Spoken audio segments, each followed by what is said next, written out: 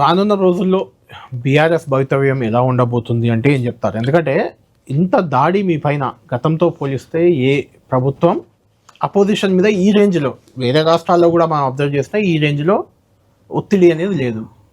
మీ మీద ఉంది అంటే మీరు తప్పులు చేశారు కాబట్టి మేము వాళ్ళని టైట్ చేస్తున్నాం అనేది ప్రభుత్వ వాదన. మీరేమో కక్షపూరితం అంటారు. వాటెవర్ ఏదన్నా కానీ ఇంత ఒత్తిడిలో వాటి ఎలా ముందుకెళ్తుంది, ఎలా ఉండబోతుంది భవిష్యత్తు అంటే ఏం చెప్తారు ఫైనల్గా? ప్రభుత్వం కుట్రపూరితంగా కక్షపూరితంగా మా పట్ల వ్యవహారం చేస్తుందంటేనే మేము చాలా బలంగా ఉన్నట్టు లెక్క, వాళ్ళు భయపడుతున్నట్టు లెక్క. ప్రభుత్వం డెఫినెట్గా బీఆర్ఎస్కు భయపడుతుంది.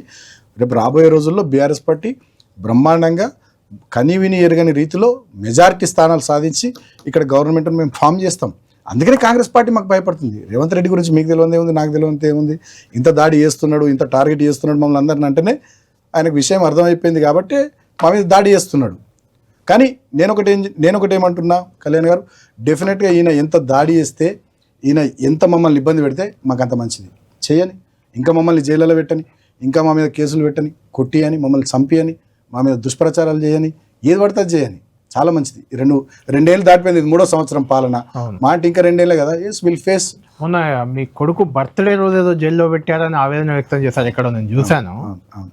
మరి ఈ బాధ మీకు రేవంత్ రెడ్డి కూతురు ఎంగేజ్మెంట్ ఏదో ఉంటే ఆయన జైల్లో పెట్టారు, ఆయన కూడా పదే అంటుంటారు. అప్పుడు అనిపించలేదా మీరు మీకు? అంటే నాకు రేవంత్ రెడ్డి అప్పుడు చేసినటువంటి సబ్జెక్టు ఆ సందర్భాల్లో నేను టీవీ చర్చలో కూడా నేను చెప్పినాను. ఆనాడు ఒక ప్రైవేట్ ప్లేస్లో ఆయన డ్రోన్ ఎగిరేసి ఆనాడు గొడవ చేసి అది చేసి ఆ కేసులో ఆయన పోయిండు తప్ప ఇప్పుడు మేము కొట్లాడినటువంటి కేసుకు దానికి సంబంధం లేదు. ఇప్పుడు నేను కొట్లాడిన కేసు ఇది జెన్యున్ కేసు.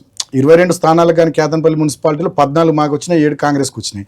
దీని మీద నేను ధర్మం వైపు నిలబడితే నన్ను తీసుకొని పోయి జైల్లో పెట్టారు. హోలీ రోజు కానీ, నా చిన్న కొడుకు పుట్టినరోజు నాడు కానీ నన్ను బయటకు లేకుండా, నాకు మంచిర్యాల కోర్టులో బెయిల్ వస్తుంది, హైదరాబాద్ కోర్టులో బెయిల్ వస్తుంది, పెద్ద పెద్ద కేసులలో ఒక చిన్న పెట్టి కేసు అది చెన్నూరు కోర్టులో బెయిల్ ఆపిచ్చారు. సో అట్లా సరే ఒక పైశాచిక ఆనందం. నేనేమంటున్నా, సరే ఇటువంటి మాకు కొత్త కాదు. కళ్యాణ్ గారు ఆ రోజుల్లో ఉద్యమంలో బాగా చేసినాం. సో ఇప్పుడు ఇబ్బంది పెడుతున్నారు, పెట్టని, కొట్టని, కేసులు పెట్టని, జైళ్ళలో పెట్టని, చంపని, రైట్ చూసుకుందాం.